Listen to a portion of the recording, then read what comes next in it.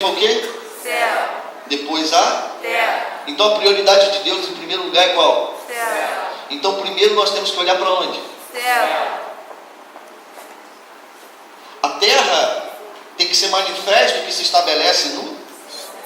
Você quer ver?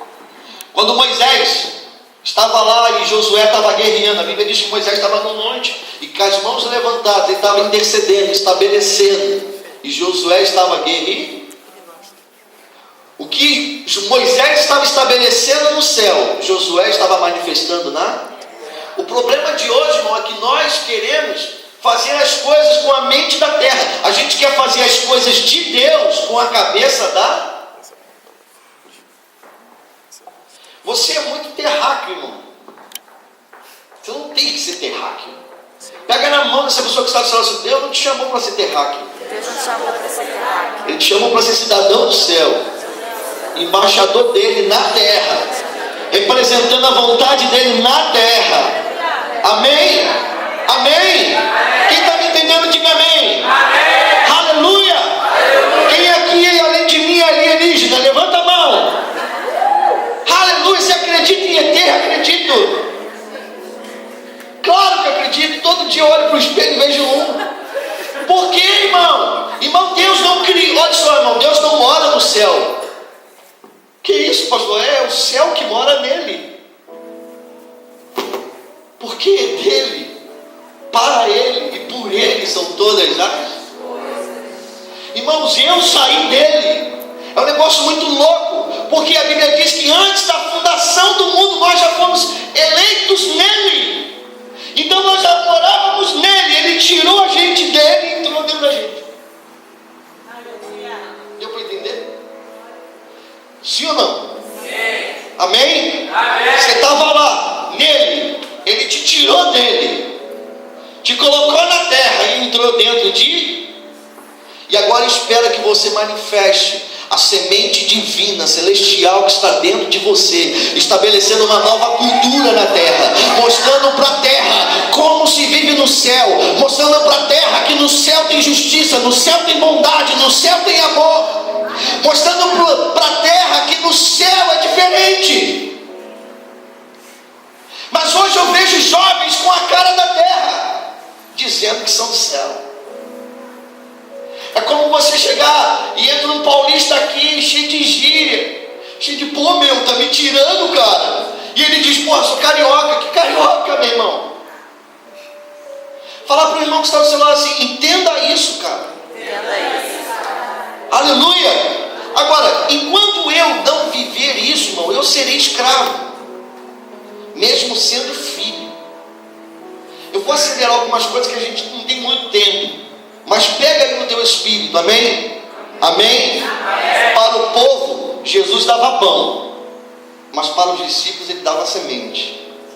E eu creio que esse lugar aqui tem discípulos, amém? Eu quero lançar algumas sementes de reino na sua vida hoje, amém? Aleluia, porque eu sei que aqui tem terra boa, amém? Amém? Quem é terra boa diz glória a Deus. Aleluia. Agora a gente conhece a terra boa quando ela levanta a mão. Vou fazer de novo a pergunta. Eu sei que aqui tem terra boa, amém? Você viu que a mente diminuiu? Aleluia. Então, queridos, nós temos que entender isso. A Bíblia diz que nós não sabemos orar, e o Espírito nos ajuda nas nossas fraquezas, porque temos fraquezas, teremos fraquezas, teremos que conviver com elas, lutando todos os dias para destruir cada fraqueza, para que elas não nos tirem, não nos atrapalhem, não nos atrasem de cumprir o propósito de Deus em nossas vidas. O que está te atrasando de cumprir o propósito? Olha aqui para mim. Você sabe esse teu segredo? Olha aqui, nos meus olhinhos. Sabe esse segredo que você tem, que ninguém sabe? Você sabe isso que você esconde? Você sabe isso que você não deixa ninguém descobrir? É isso que está acabando contigo. É isso. É isso que está amarrando você. É isso que está te tirando da linha do propósito. Mas hoje é um tempo de alinhamento, amém? Fala comigo assim, alinhamento. Fala assim comigo, alinhamento. Aqui na terra, o que é no céu. Ó, é como se estivesse descendo alinhado. Aleluia. Essa geração está sendo alinhada, porque nós estamos passando de uma transição da igreja. Eu não estou falando de igreja denominacional, não estou falando de igreja, nós, eu, você, qualquer um, amém? Eu não estou falando de igreja de CNPJ, amém? Irmãos, Deus não trata com CNPJ, Deus só trata com CPF. Deus não trata com estruturas, Deus não trata com organizações, Deus trata com pessoas, amém? Fala para o irmão, Deus trata comigo, contigo, amém? Glória a Deus, glória a Deus. Deus não senta numa mesa de concílio para dizer assim, o que vocês acham? Deus não senta numa mesa de concílio, querido, para discutir a sua vontade. Ele manifesta a sua vontade dentro de cada um de... Agora a igreja está muito escrava. Por quê? Porque nos levaram anos e anos, irmão, dentro de uma religião e criaram um monte de sofismas dentro de nós. Hoje você fala algumas coisas na igreja e os caras acham assim, nossa, está escrito na Bíblia, eu acho que ele está certo, mas também eu acho que ele é do diabo. Às vezes eu entro em alguns lugares que um dia desse eu ouvi uma pessoa dizer, pô pastor, às vezes parecia que tu estava com Deus, às vezes parecia que tu estava com o diabo. Mas como assim?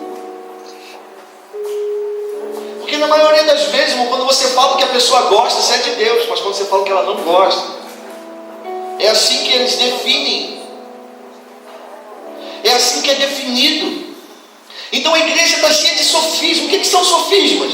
Sofismas são duas verdades com uma conclusão mentirosa. Pega isso aí. Sofismas são duas verdades com uma conclusão mentirosa. Você quer ver um exemplo? Jesus é Deus. Sim ou não? Jesus é Deus. Vocês estão com medo, irmão? Jesus é Deus. Sim ou não? Maria é mãe de Jesus. Então Maria é mãe de Deus? Vocês estão entendendo? Você quer ver? Nós somos a noiva de Cristo. Sim ou não? Deus é pai de Cristo. Então ele é meu sogro. Vocês estão entendendo o que é sofismas? São duas verdades, mas que te levam a ter uma conclusão. Irmãos, isso tem regido igrejas, irmão, liturgias, teologias, há anos, escravizando as pessoas. O reino de Deus, irmão, ele é tão simples. O reino de Deus, irmão, não é um palácio que a gente vai encontrar, não. É algo comportamental. É o reinado, é como eu me comporto, é o meu comportamento.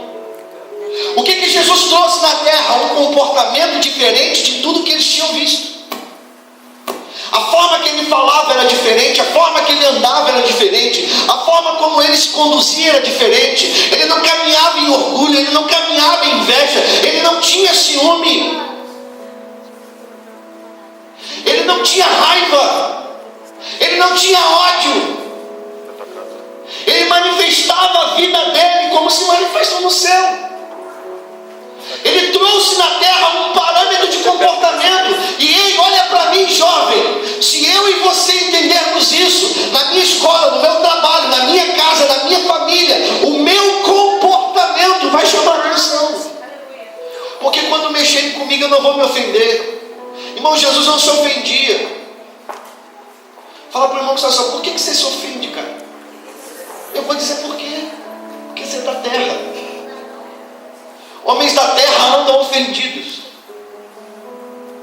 Sério, um dia desse eu fui uma volta numa espaçonave com o Espírito Santo. E ele me mostrava assim as terras. Olha como é que as pessoas se ofendem na terra. Por quê? Porque o pensamento deles são da terra. O pensamento deles ficam presos, ficam escravos. Irmãos, é louco. A gente vê pessoas que biblicamente dizem que são irmãos, biblicamente dizem que são filhos do reino, e não se falam porque ela falou uma coisa que eu não gostei. E daí, cara? Perdoa ela. pastor, é fácil falar. Não, também é fácil perdoar. Sabe o que é difícil para você? Porque a tua mente é da terra. Aí você fala assim, pastor, mas todo mundo faz isso. Você não é todo mundo, cara. Se todo mundo comer cocô, tu vai comer? Eu tenho raiva dessa frase, todo mundo faz isso. Você é filho de Deus.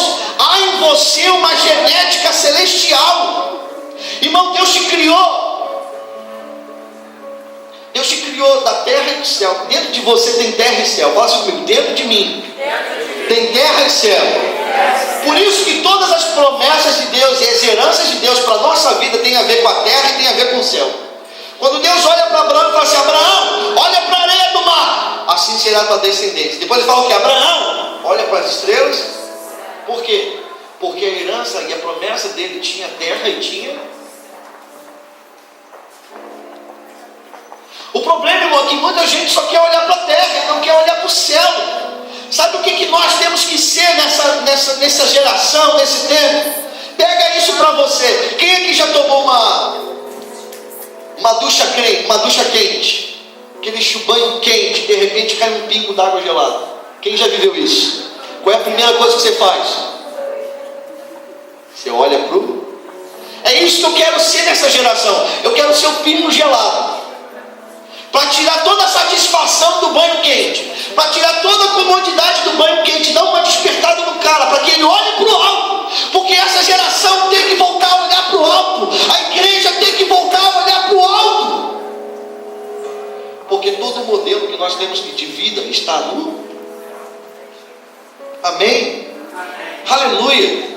Fala para o irmão que está do seu coração, eu profetizo, mas fala como profeta de Deus, eu profetizo na sua vida que você vai ser um pingo gelado dessa geração e vai fazer as pessoas olharem para o alto. Aleluia. Amém. Mas primeiro quem tem que olhar para o alto? Por isso que nessa noite o pingo gelado sou eu. Aleluia. Amém. Então nós temos que entender isso. Abra sua Bíblia comigo em Isaías capítulo 43, verso 10.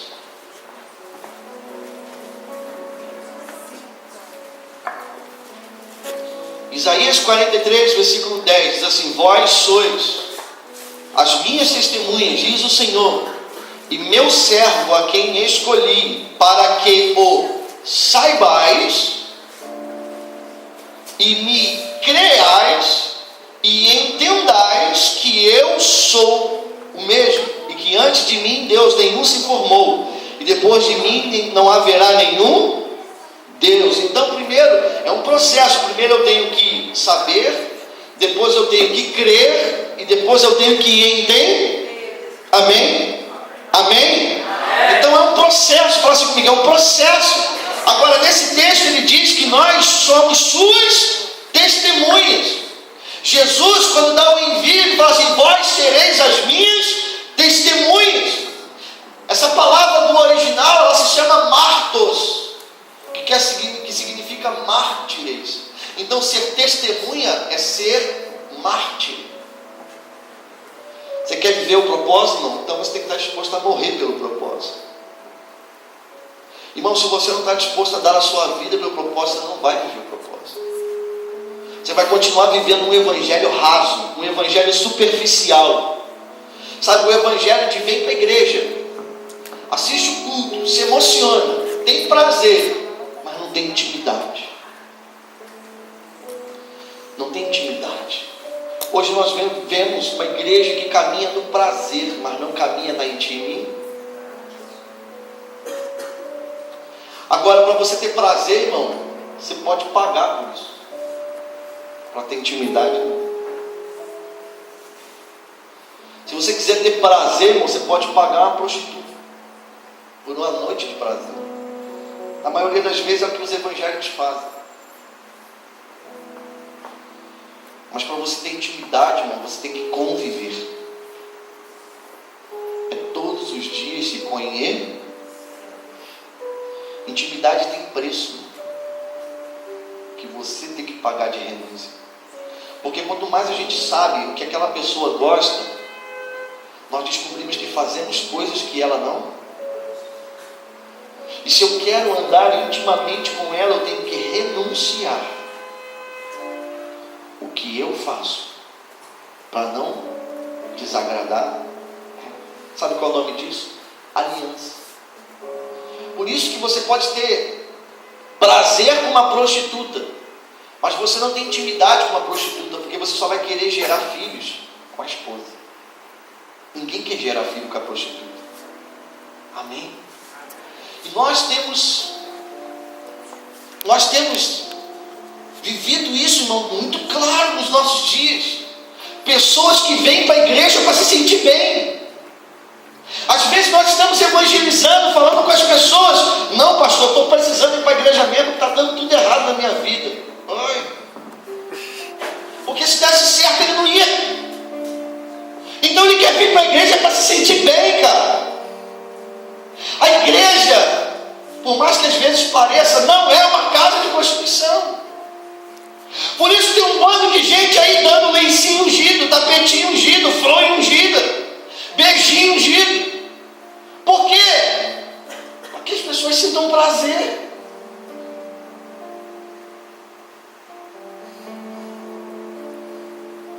E aí muitas das vezes eles pagam, porque o lencinho é pago, a fronha é paga, a meia é paga, e você ainda tem que pagar o pregador que vai pregar, e você ainda tem que pagar o cantor para cantar, porque se não pagar, muitas das vezes ele não sobe para cantar não.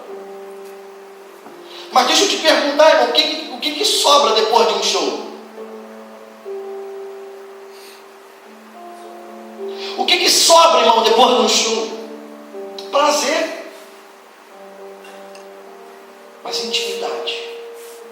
Pega na mão dessa pessoa: Deus está te chamando para ter intimidade. Amém? Amém? E nós, irmão, por mais que sejamos filhos, estamos nos preparando para sermos pais dentro desta geração. Agora deixa eu te falar uma coisa: os filhos não se perdem. Quem perde os filhos são os pais. Jesus não se perdeu de José e Maria, foi José e Maria que perdeu. Amém? Essa foi forte. Jesus não se perdeu, quem se perdeu foi os pais. E nós temos que ter essa mente em nossas vidas.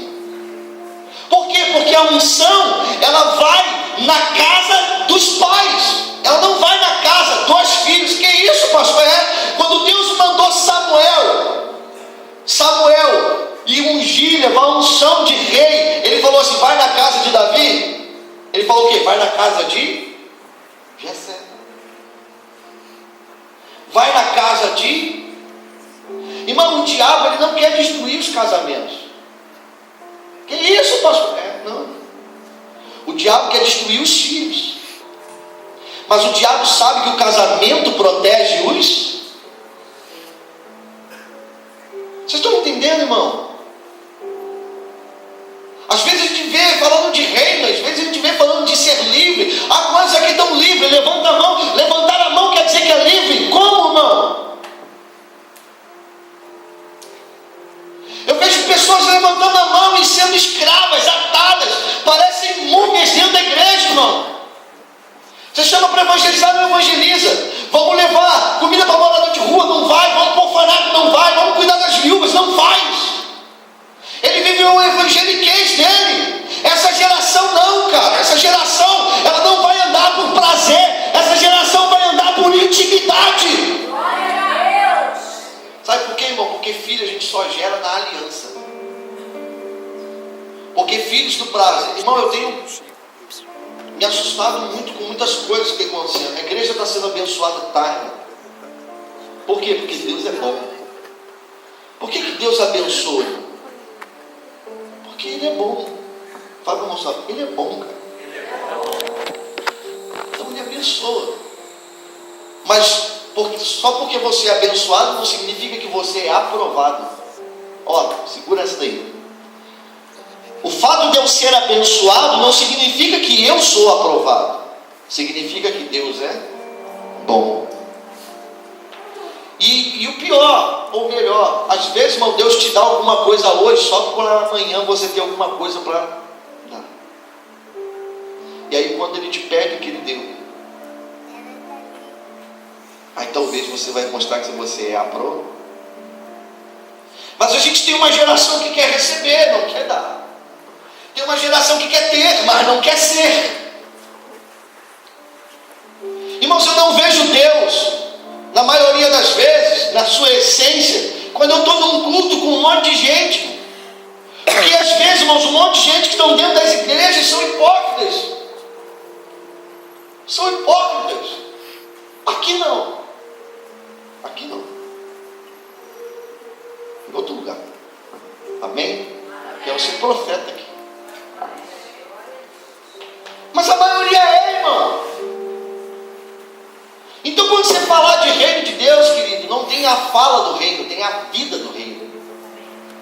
O comportamento do reino. É muito simples. Jesus mostrou para nós como se comporta no reino. Você já viu Jesus brigando com alguém que falou mal dele? Chateado, triste, ofendidinho. Por quê? Porque quem é do reino não tem tempo para as coisas da terra. É como Neemias, eu estou fazendo uma grande... Falar para a pessoa que está assim, eu estou fazendo uma grande obra para você. Eu não tenho tempo. Fala, eu não tenho tempo para descer. Ah, pastor, então o que a gente tem que fazer da igreja? Mandar o povo embora? Não, porque eu já mandei, eles não vão. Já, várias vezes. O que eu tenho que fazer? Eu tenho que elevar o nível. Fala para o irmão que está falando assim, você tem que elevar o nível. Você quer ver? Olha aqui, presta atenção em mim. Por que Ofine e Finéias faziam o que queria no templo e nada acontecia? Eles pegavam as mulheres do dia, eles roubavam as ofertas, eles comiam do pão, eles faziam a zona na igreja e nada acontecia com eles. Por quê? Porque a Bíblia diz que naquele tempo a palavra de Deus ela era rara e as visões não existiam. Irmão, aonde não tem presença de Deus, a presença do pecado reina. Agora, quando Nadab e Abiú pegaram um foguinho estranho e entraram no tabernáculo, a Bíblia diz que eles foram fulminados. Por quê? Os filhos de Arão. Porque naquele tempo, irmão, Deus falava com Moisés face. A presença de Deus era muito...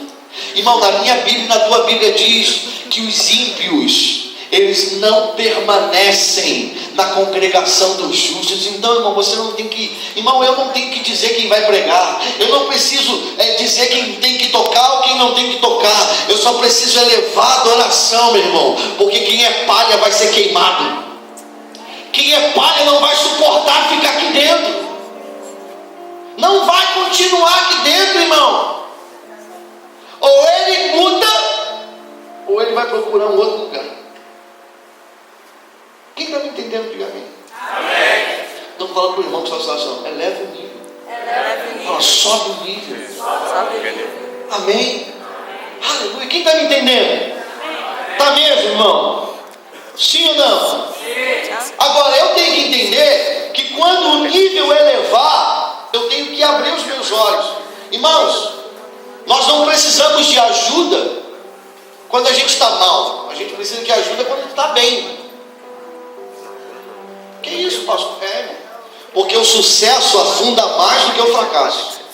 Caramba, essa também é forte. Fala para o irmão que está falando, o sucesso afunda mais do que o fracasso.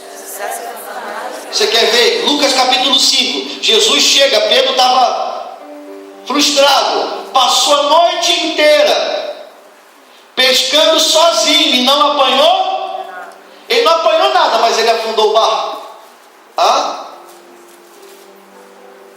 Mas aí Jesus chega, libera uma palavra e ele volta. Aí a Bíblia diz: voltem, plural. Voltem para pescar. Mas ele chamou os outros? Não, ele foi só. Aí quando ele chegou, sucesso! O que estava acontecendo com ele? O barco estava. Irmãos, nós não precisamos de ajuda quando nós estamos mal. Quando nós estamos mal, nós precisamos de misericórdia. Nós precisamos de ajuda quando a gente está bem. Deixa eu te falar alguma coisa. Existe curso para te ensinar a ser pobre? Porque isso você aprende como? Na marra. Amém? Mas quando eu estou rico, eu tenho que estudar. Porque senão eu vou fazer besteira. Quem está me entendendo, irmão? Dá um sinal. Aleluia. Alguém aqui faz curso, irmão, para passar fome. Mas quando fica rico, tem que fazer curso de etiqueta para comer. Você está me entendendo? Está. Essa geração carece de entendimento, irmão. Se a gente não entender essas coisas, a gente vai entrar no fã-clube. A gente vai pagar ingresso para pegar autógrafo desses caras. E vai largar o propósito. A gente vai ficar correndo atrás de showzinho para sentir prazer. Mas não tem aliança com Deus. Amém? Pega na mão da pessoa que está do seu lado e fala assim: a casa de Saul está caindo. E a casa de Davi está sendo levantada. Em nome de Jesus. Em nome de Jesus. Amém? Então é quando eu estou bem, irmão. É quando tem dinheiro. Eu tenho que pedir a Deus. Eu tenho que pegar pessoas para me ajudar a administrar, para que o dinheiro não me tire do propósito. Pastor, por que o senhor está falando isso, irmão? Porque esse é um tempo que Deus quer dar dinheiro para a igreja. Deus quer dar dinheiro para os filhos do reino. Irmão, todo o recurso do reino está no reino. Todo o recurso do reino está no... Agora, eu tenho que entender isso. Por isso que Deus não te dá a provisão antes de te dar a visão. Porque se você receber a provisão antes da visão, você desiste de pregar. Mas quando você recebe a visão, você é arrebatada por ela. Então tudo que você tem é para a visão. Tudo que você recebe é para a visão. Tudo que você ganha é para a visão.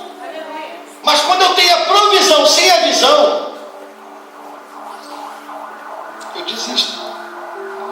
Então, irmãos, você não tem que pedir dinheiro para Deus te dar uma casa. Que isso, pastor? É isso. Há uns 3 anos atrás, sabe como é que era a minha oração? Senhor, aleluia, bem religioso, aleluia, e falava uma língua estranha. Pai, levantava a minha mão submissa. Traga comida para esse morador de rua, que ele está com fome. Aí o Espírito Santo falou para mim assim: leva você.